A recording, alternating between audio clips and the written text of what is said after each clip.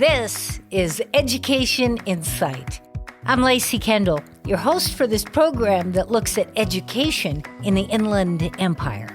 Today we're talking about how to help local students of all races and genders receive greater treatment, opportunities, and advancement by focusing on equity. What does equity really mean? Where are our local schools hindered, and where are great strides being made? There are a number of experts that are working on that goal locally, and two of the most notable are here with us today. Dr. Angela Clark Loc is a multi-award-winning educator and author who has spent decades as an Inland Empire leader in elementary through university education. She's a committee chair for the NAACP and advises local educators on how to achieve true equity. She joins us later in the program. We also meet several local students from kindergarten through university levels who share their hopes as they rejoin classmates and teachers as their schools reopen. But first we meet Dr. Talisa Sullivan. As a consultant and expert in marginalized students, she's best known as the creator of a popular equity framework for schools. It's known as Quantum 10, and it's had her traveling around to advise grade school and college-level institutions and educators throughout Los Angeles, Orange, San Bernardino, and Riverside counties. Thanks for joining us, Dr. Sullivan. Could you start by explaining what equity is in education? You know, we have so many definitions out there of equity, and I really look to different sources to make sure that we are all on the same page. But I want to talk about the National Equity Project's definition of equity. So they really captured in a way that really resonates with what I mean when I am out there as an equity warrior, actionist, etc. So the National Equity Project calls out ensuring equally high outcomes for all participants in our educational system, removing the predictability of success for all participants in our educational system, and then removing the predictability of success or failure that currently correlates with any social or cultural factor. They also talk about interrupting inequitable practices and examining biases, and also creating inclusive multicultural school environments for adults and children. They talk about discovering and cultivating the unique gifts, talents, and interests that every human possesses. So to me, equity means capturing the essence of the person and acknowledging them as an individual with value and talent, and allowing for all people to exist in a world that sees their uniqueness and their personal journey as exclusive to them, but valuable to all. It also means that seeing every individual as an asset to society and supporting that individual as they travel down their own path, that everybody is different from other people, but they're equally valuable. It means providing people with what they need in order to be successful. What kinds of things do you handle in your role as administrator of equity and access? Wow, that's good. We do a lot of going out in the community, working with schools and districts as they pursue their journey for equity, ensuring that our schools and districts have tools to be able to provide for our most at-risk, and I don't want to say at-risk, let me say at-promise, because that's the new term that we're using, but our most historically underserved students. And so we want to make sure that they have the tools that they need, the knowledge that they need in order to check their own biases and to ensure that they are giving each and every student exactly what they need in order to be successful, but not just with students, but also with staff. So if we're working with leaders, we're making sure that they give staff members what they need in order to make sure that they have tools to support our students. And so those are some of the things that I do. And specifically what drew me to that is, let me just say that, I've been doing equity work before I even knew that it was equity work. So I naturally gravitate towards social justice. So I'm all about ensuring that everyone has access to an educational experience that's engaging and relevant. I did work for the Center for Teacher Innovation with Riverside County, which we were providing our teachers with coaching, and that also with an equity lens. And then the equity position came up, and so that I knew that was going to be a passion for me. So I really am all about serving, and I'm all about, leveling the playing field. So some of the things we do is make sure that, the teachers and leaders have what they need to ensure that success for all of our students. So that's just a few of the things that we do, providing real race talk, talking about race, making sure that people have a comfortable, I don't want to say comfortable space because race talk is not comfortable, but making sure that they have a brave space to have that conversation so that they can ask those questions that they are maybe uncomfortable to ask. And so that we can provide those responses and help them discover their own biases so that they can move forward and support our most underserved students. Let's say that those conversations are actually happening and someone is making a sincere effort to try to become more equitable in the learning environment. How can one move from simply being equity-minded to being an equity practitioner? Yeah, so definitely. Many of us want to ensure that the playing field is level for all of our students. So I remember before I transformed from just being an equity-minded educator into an equity actionist, I would think about what it would be like if everyone was treated equitably, meaning like believing that everyone should have access, interrupting systems of oppression, disrupting racism, disrupting racist actions and ideas, and ensuring that everyone had access to the tools and resources necessary to be engaged. I'm certain that I did not always give every student what they need or every educator what they needed. So one of the things that I think that we have to do to move beyond just being equity minded is we have to look at our biases and go one step further and looking at our bias and interrupt those biases. So how do we interrupt those biases? We ensure that we are acknowledge that there is a bias. We become aware of that bias. And then we tell ourselves that that may not necessarily be the case with this individual, although we've experienced it. So we interrupt biases, but then we go one step further and we challenge others also. If we're moving from being equity minded to being an equity practitioner, we are going to challenge others to move past the status quo, just being quiet when you see things that are happening that you should address. We want to make sure that we continue to interrupt our own biases so that we can support others. So to be an equity practitioner, I think we have to transform from just thinking about how to create opportunities for students. And we need to go into thinking about how to dismantle the system that was not originally designed for diverse learners.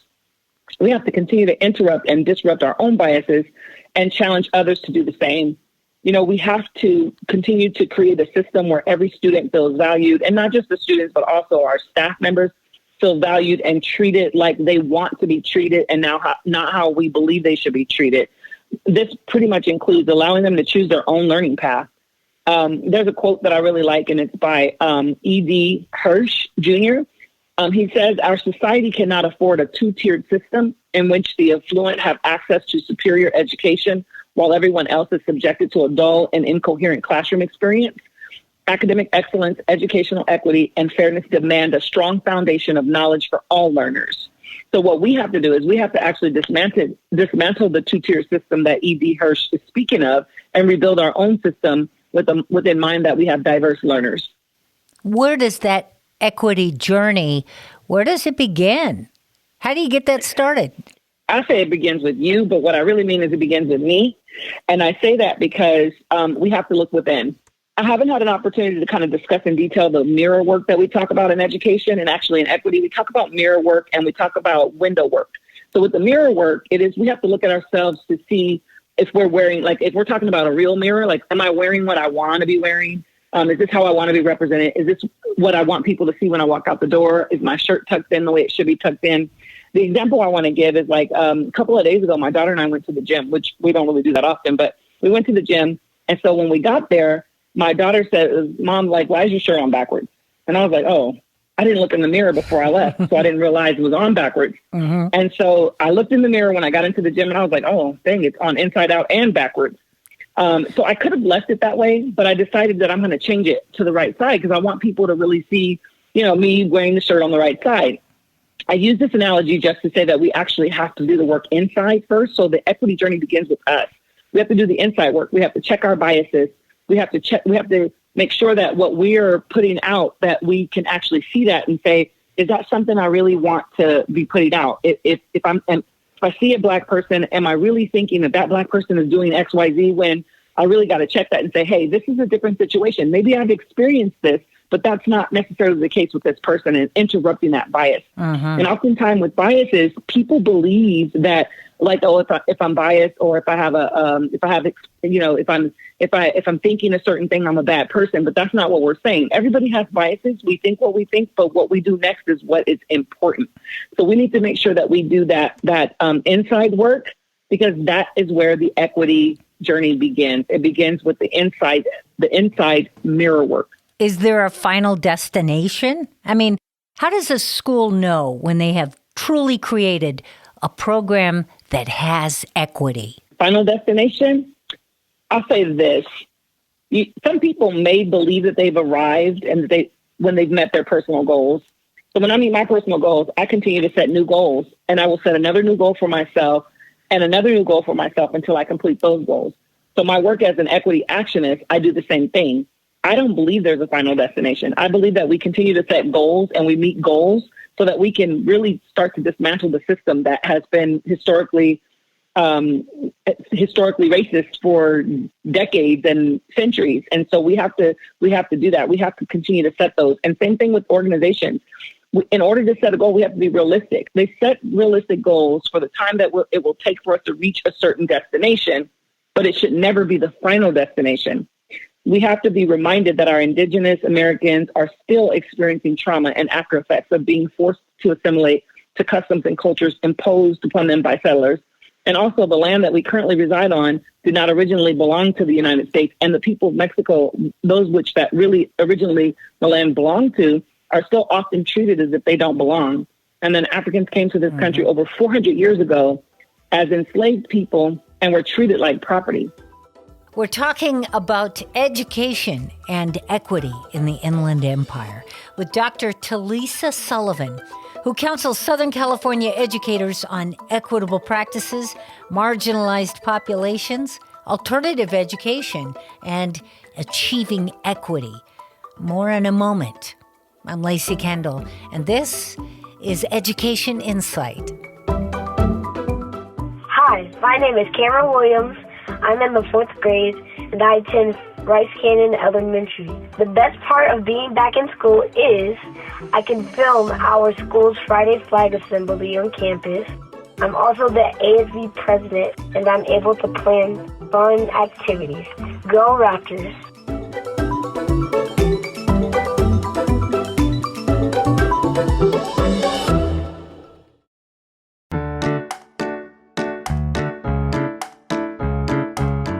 Welcome back to Education Insight. Today we're discussing how to make our local schools and classrooms a better and more equitable place for all local students to learn and succeed. Dr. Talisa Sullivan is with us. She's one of the leading experts in equity.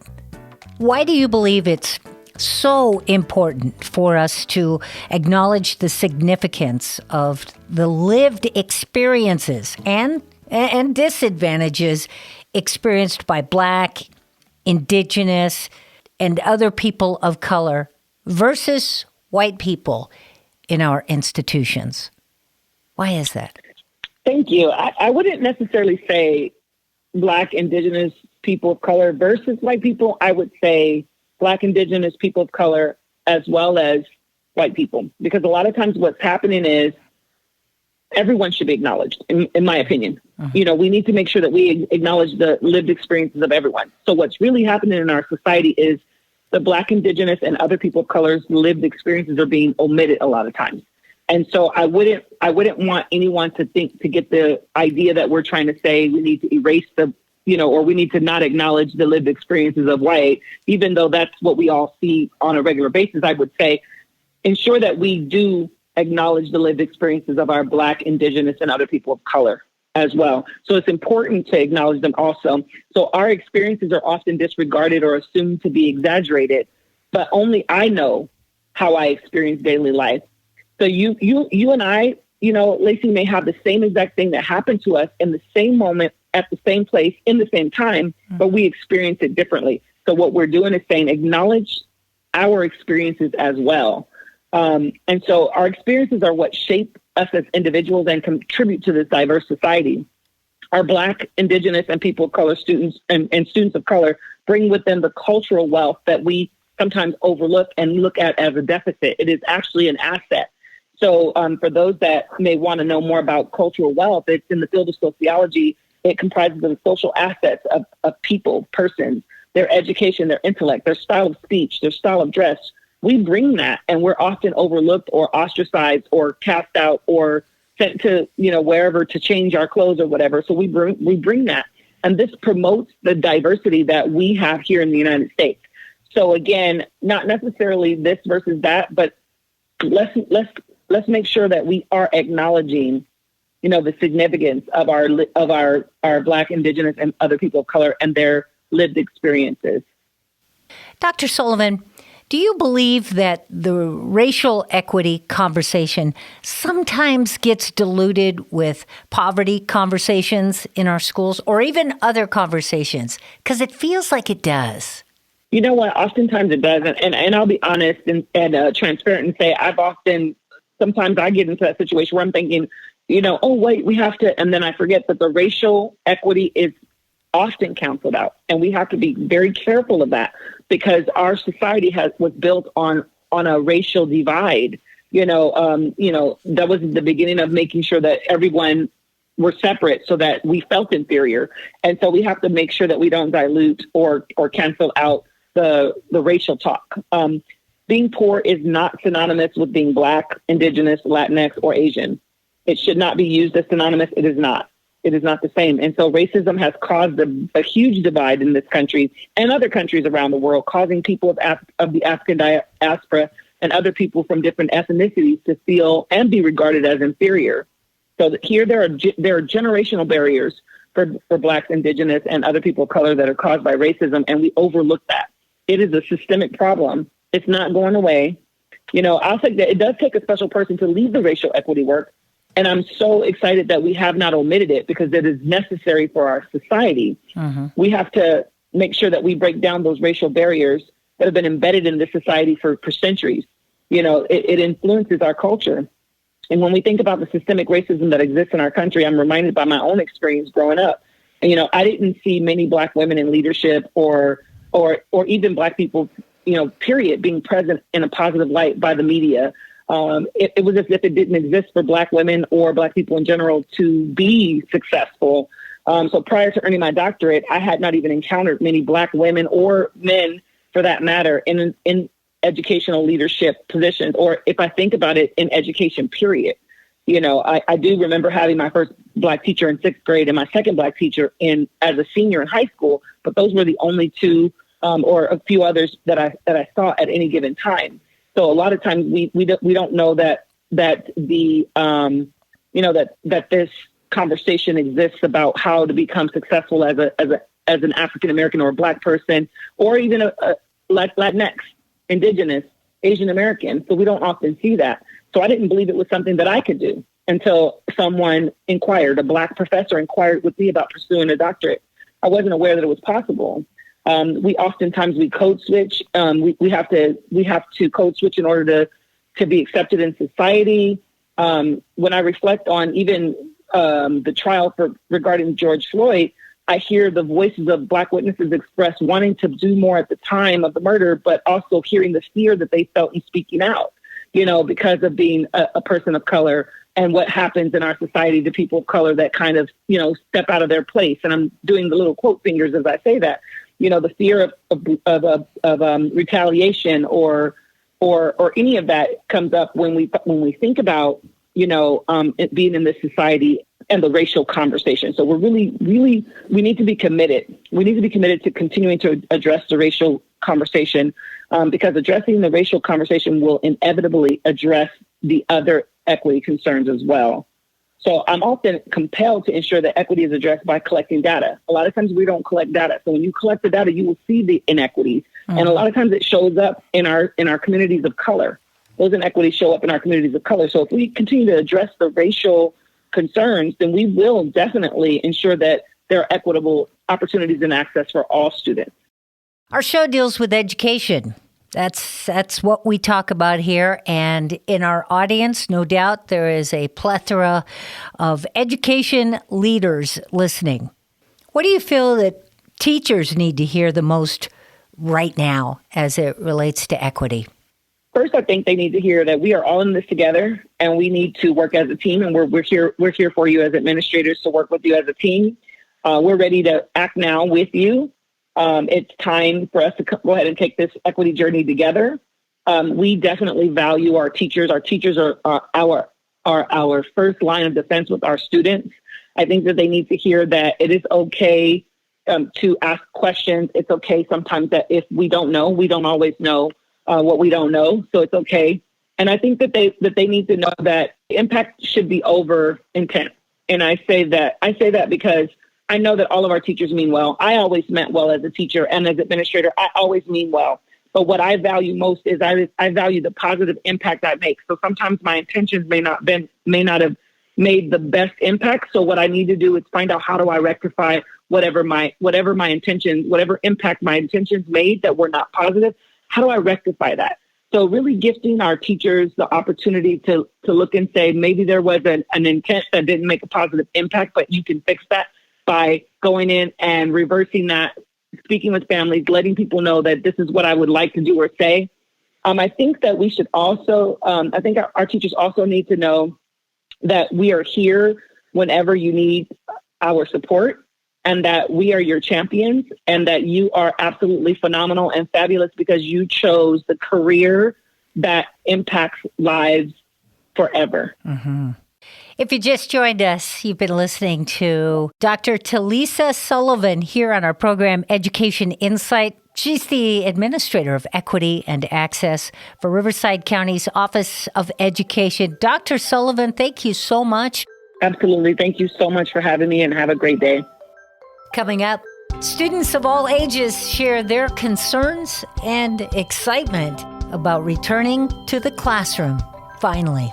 But first, we're speaking with a former director of teacher education at both Azusa Pacific University and the University of Redlands, and the author of Equity Partnerships, a culturally proficient guide to family, school, and community engagement.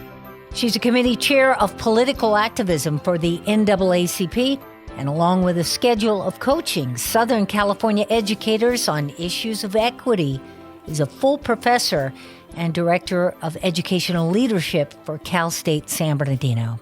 Dr. Angela Clark Loc, thanks for joining us. Thank you so much for having me. I'm excited to be here. First of all, what are some of the major barriers to educational success of students here in the inland region of Southern California? One of them is just systemic racism. That's a barrier that's all throughout our educational system across the state and across the country. We have systemic racism. We have systemic oppression, where students are treated in ways where they have to experience microaggressions, macroaggressions. There's also not just systemic oppression and systemic racism, but there's a resistance to change. We have schools and school leaderships who want to keep things the same. They don't want to see the changes. So there's a resistance to that. We also have what I call, since I teach leadership, I call them leaderless leaders. So that's another barrier, because you have to have someone in that leadership position who wants to be, fair and equitable, but also has the courage to make decisions that are sometimes not popular. Yeah. So there's a lack of culturally proficient educators and leaders. And we need more of them in those positions of leadership where not only conversation can take place and inclusion can take place, but change is possible. And not only for change, but action is taken. Mm-hmm. Earlier, our guest, Dr. Sullivan, told us some ways that we can move from being equity-minded to actually being equity practitioners. What are some of the specific ways that you believe in education that we can move from the equity talk to the equity walk? I'll answer the question using the 7 C's model, which is the model that we use in our book, Equity Partnerships. So let's start with the first C, which is collaboration.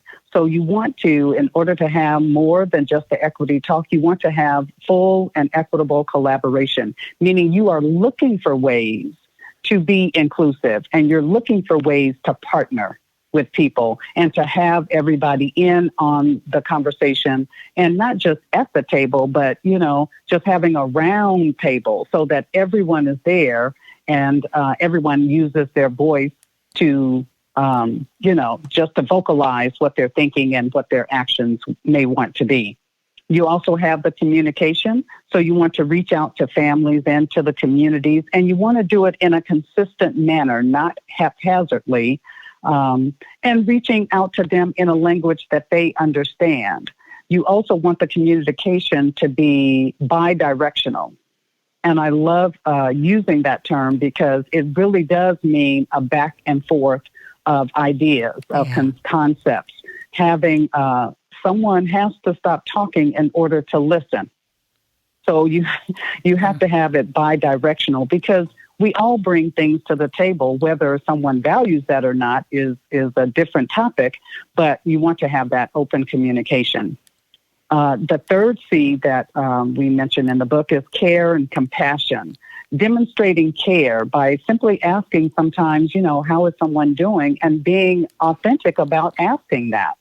So you're providing just that sense of awareness that they're there, number one, acknowledging their presence, but also showing empathy. We've all gone through a lot with COVID and during the pandemic, and people are hurting. People have been sacrificing, and it's been a lot on all of us. So just showing that care and compassion really can go a long way when you're talking and thinking about equity. Yeah. Another C is the culture. So recognizing the cultural values that are in place. And when you're working with and engaging families and the communities, you're acknowledging that their culture is valued, because what happens in schools is that families have what we call the funds of knowledge, FUNDS, funds. So they bring something that has equity in the finance sense to the table. So they bring their own cultural values there. And so we have to try to value that when people come to the school. Along with that, another C is the connectedness. So you're connecting with them in a way that you can. And again, being authentic about it and being intentional. You want to find a common interest. So yes, there may be differences with people, but there are also commonalities. And then the last C, or the seventh C, is the collective responsibility. You're demonstrating that you have a responsibility, as well as they do, to assist and support and to take action when necessary to promote student achievement, family engagement, and community activism across the board. Yeah. You mentioned the C's. Mm-hmm. The big problem in 2020 also began with a C, and that would be, of course, COVID. COVID, which has made so clear the many educational inequities for our historically underserved students. Doctor, what do you think the obstacles are that actually block the racial equity in our schools? Well, I mentioned some of them earlier, just about the entire system, because as we all know, the schools weren't really made for us to be a part of. That's why we ended up having our own schools, having a historically serving institution or Hispanic serving institution or historically Black colleges and universities. But inequities continue to exist because of the barriers in inequity regarding access, regarding inequity in funding, regarding inequity in curriculum, and in just opportunities at large. And these barriers permeate throughout the educational systems, as they have past and present, in policies and practices, and of course throughout our society. In a cultural proficient world, or in that model, barriers are also there, or obstacles, as a lack of representation in our curriculum. And our students need to see a reflection of themselves in the content that they're taught. So that's one thing, and I can get into some strategies later. But those are one thing. We also have a barrier: the exclusionary discipline practices, such as zero tolerance. That's another barrier. That's where students are suspended or expelled from school, which in essence means they're not at school learning. they're not hearing and being engaged and involved in the instructional practices that are going on, the instruction. They're missing the instruction. So that's another thing that happens. They're excluded from the educational, from that process of learning.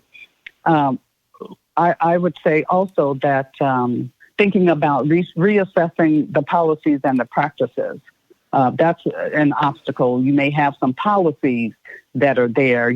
There recently in California, they had to reassess and reinvent, if you will, or reimagine, policies surrounding hair, of all things, black hair.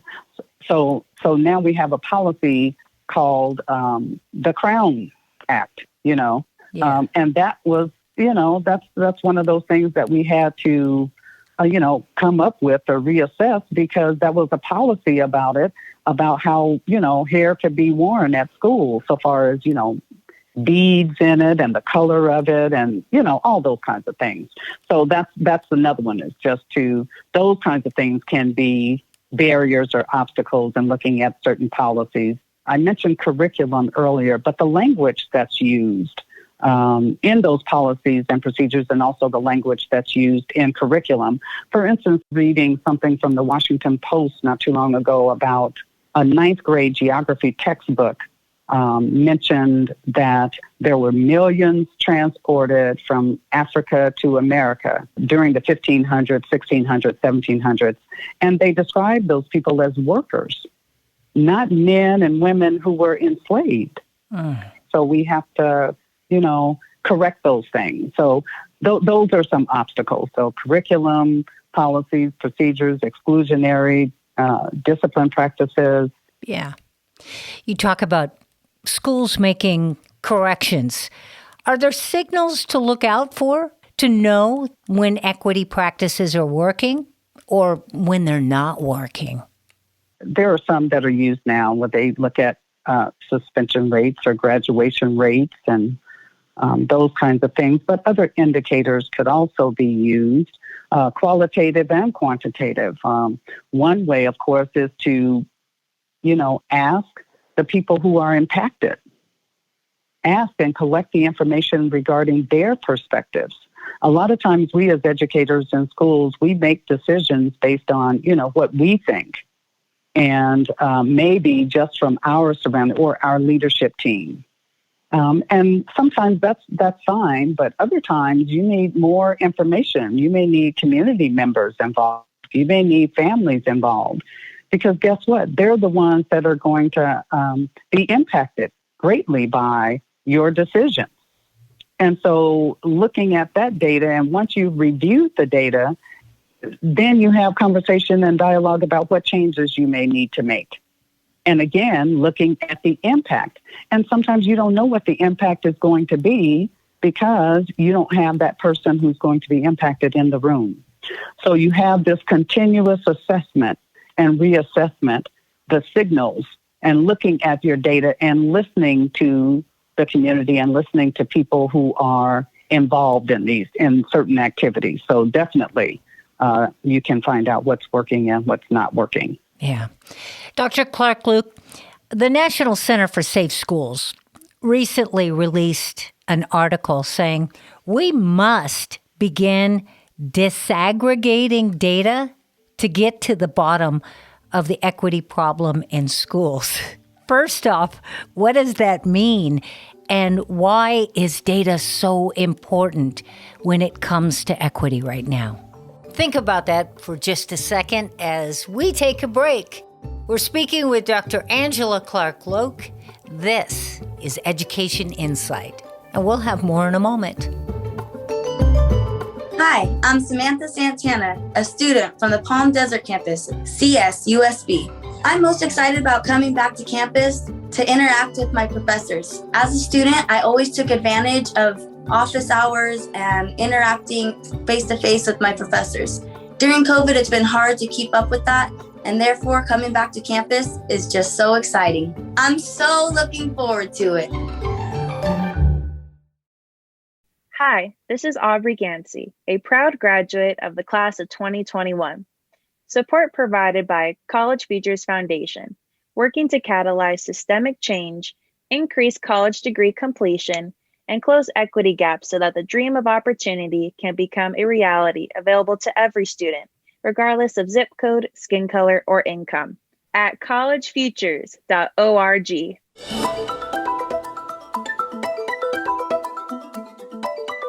Welcome back to Education Insight. I'm Lacey Kendall. We're speaking today with Dr. Angela Clark Loc. And before the break, we asked you, Doctor, if you could explain what this term disaggregation means and why it has become so important to finding equity in our schools.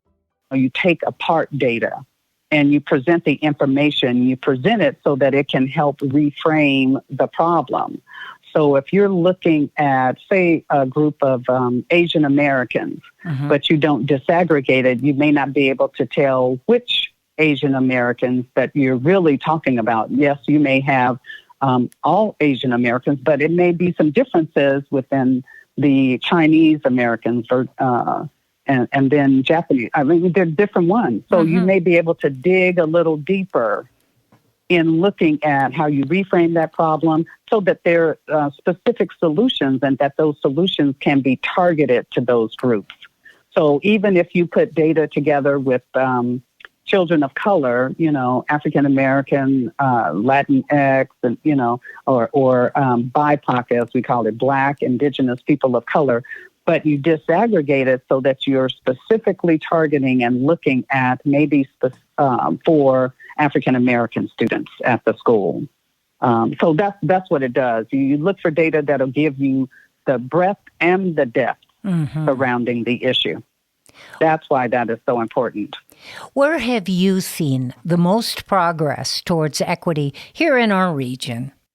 Well, for me, being at the university, I'm going to say in our program, our educational administration program, where I'm a professor and a faculty member there, in the coursework, we've worked diligently with preparing, because our program prepares teachers and counselors who are going into administration, who want to become school leaders in the sense of a formal sense, if you will, of an assistant principal, a director, coordinator, superintendent. And so in the coursework, we have looked at that and, of course, aligned that with what's required by the state, because, of course, there are, rules and regulations and standards that we have to follow. But we're using, in one or two of the courses, we're using a culturally proficient framework for our students. We also are talking a lot about equity gaps. And the assessments that these students have to take in order to get that credential or that certification to get through our program, they have to look at the data. And they use their own schools to do that.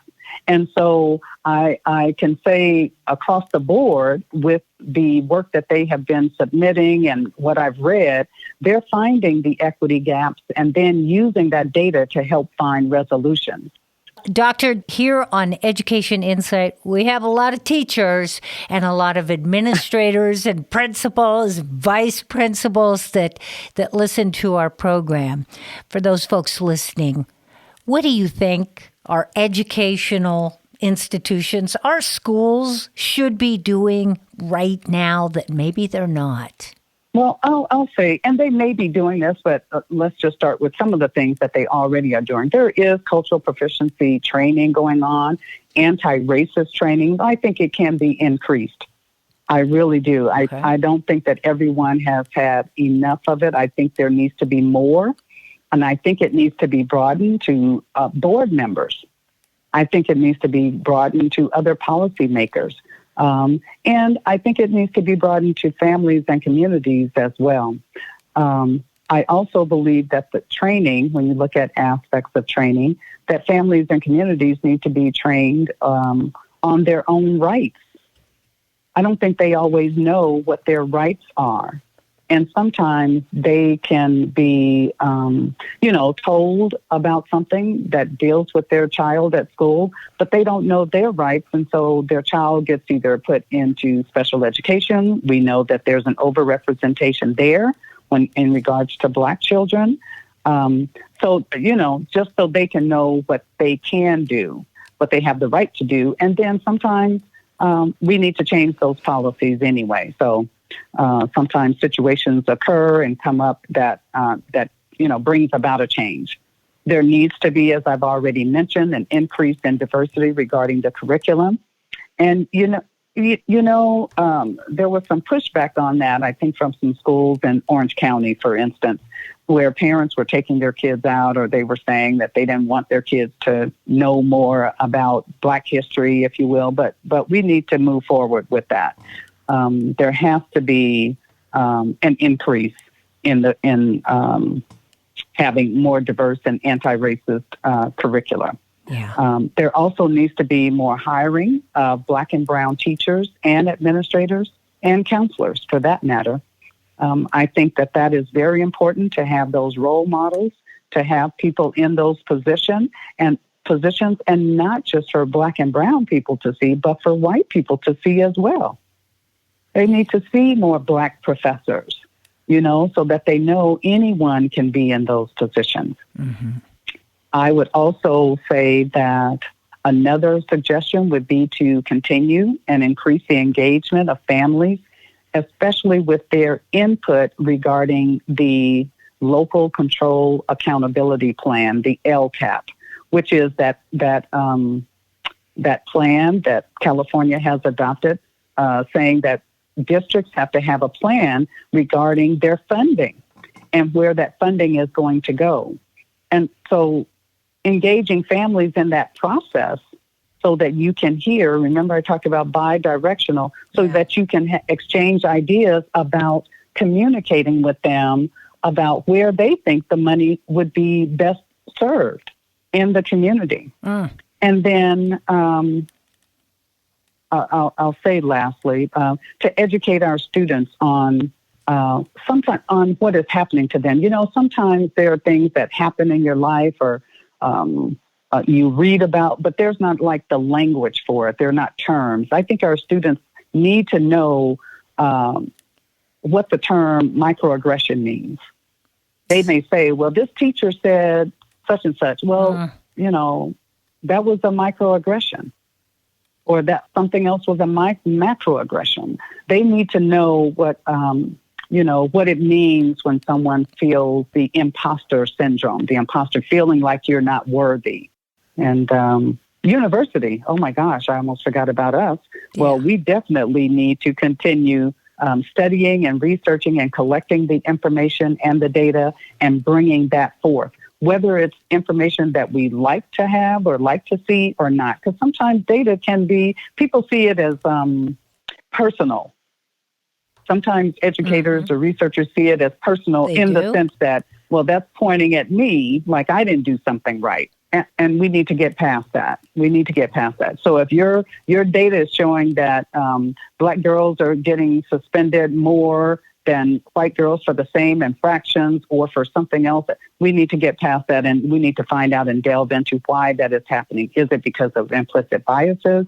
Is it because of the way that Black girls are being perceived in your school or your district, or what is it? So we need to delve deeper to find out what these situations, why their Black girls are being suspended or whatever the situation is, so that we can correct it. It really does take a whole community. Yeah, absolutely. In partnership with each other. It's going to take everybody. If you just joined us, you're listening to Education Insight. Our guest today has been Dr. Angela Clark Loc of California State University, San Bernardino. Dr. Clark Loc, thank you so much for joining us today. We really appreciate it. Well, it's been my pleasure. Thank you so much for having me. As we close our program today, we introduce you to several Inland Empire students, all thrilled but anxious about their recent return to their classrooms, to their teachers, and to their friends. My name is Amelie. I am almost 7 years old, and I am in first grade.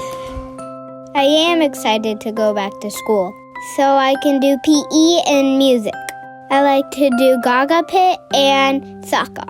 My favorite friends are Kat, Caitlin, and Scarlett. Hi, I'm Ibrahim Mohammed from CSUSB, and I'm really excited to get back into being in my classrooms. For me, it's so inspiring to be around my peers and especially my professors. It's been a lot harder on Zoom and it's not that same connection, but when I'm around my friends and my teachers, it makes me feel much more comfortable and it gives me that full experience. And I'm so excited to be getting back to campus.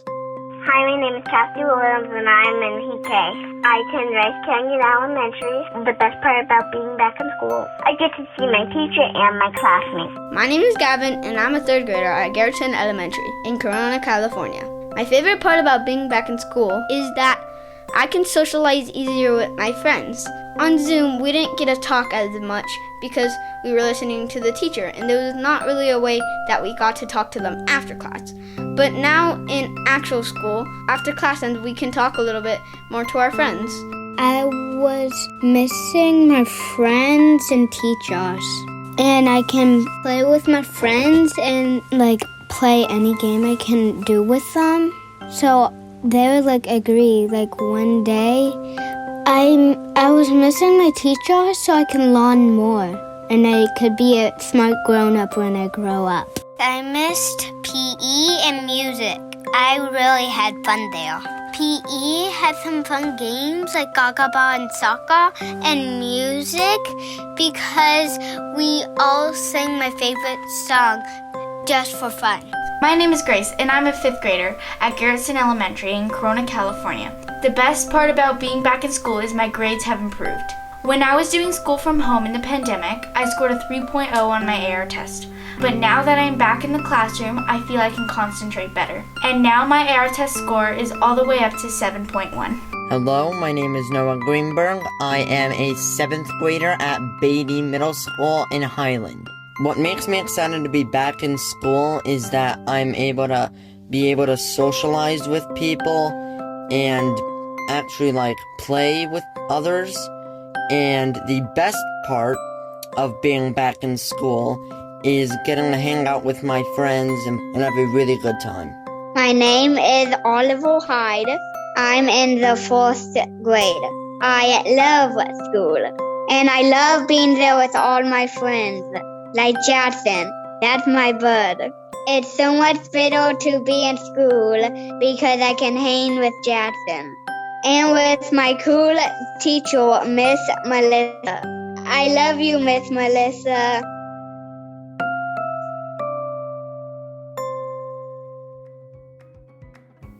Thanks to Emily, Cameron, Javier, Cassidy, Gavin, Noah, and Oliver, Samantha, and Abraham. And thank you for joining us for another Education Insight. On our next program, we'll be looking at lessons educators learned during the pandemic and some great ideas introduced during the shutdowns that likely will be around for a long time in our local schools. Be sure and join us for that. This program is produced in partnership with KVCR San Bernardino. Our executive producer is Jacob Poor. Production engineer, Tyler Veazey. Support provided by Growing Inland Achievement, working together for inland educational and economic success. Do you have questions or suggestions for future topics we should be covering? Write to us. GIAtogether.org. I'm back in my own school, and I'm very happy about that. We know. We'll talk to you next time on Education Insight. I'm Lacey Kendall.